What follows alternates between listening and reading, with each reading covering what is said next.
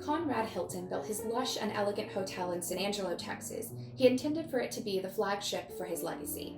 He designed an impressive tower with magnificent interior spaces to offer his patrons an elite place to host elegant affairs, business deals, and quality accommodations.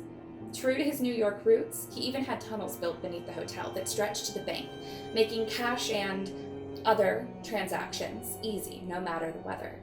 The Hilton Hotel, later renamed the Hotel Cactus, still stands as the tallest building in San Angelo, stretching 14 stories into the West Texas sky. It is visible from 15 miles away. While little of the facade has changed in its almost 100 years of operation, the grand building no longer functions as a hotel. It now houses several businesses and restaurants, a few apartments, and is a popular spot for weddings and proms. It is also home to a variety of otherworldly residents. A gruesome history of murder and madness haunts this particular spot of beauty.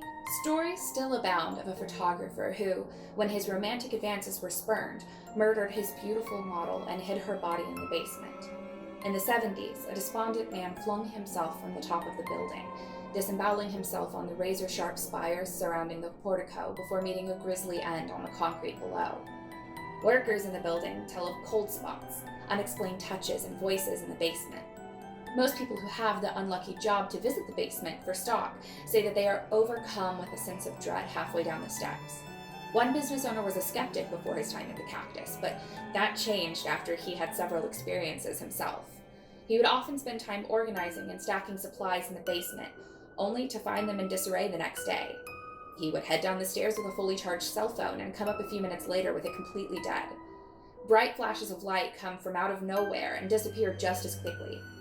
One afternoon, he went to the basement to get some supplies, and as he descended the steps, he noticed an older gentleman in a tweed jacket and leaning on a cane almost at the bottom of the stairs. He lost sight of the old man for a moment, and when he descended the last step, he looked around for the man to see if he could offer assistance. But the old gentleman had disappeared. When he got upstairs, he told his fiancée of his experience, but she laughed it off as a result of a recent concussion he had received earlier in the week.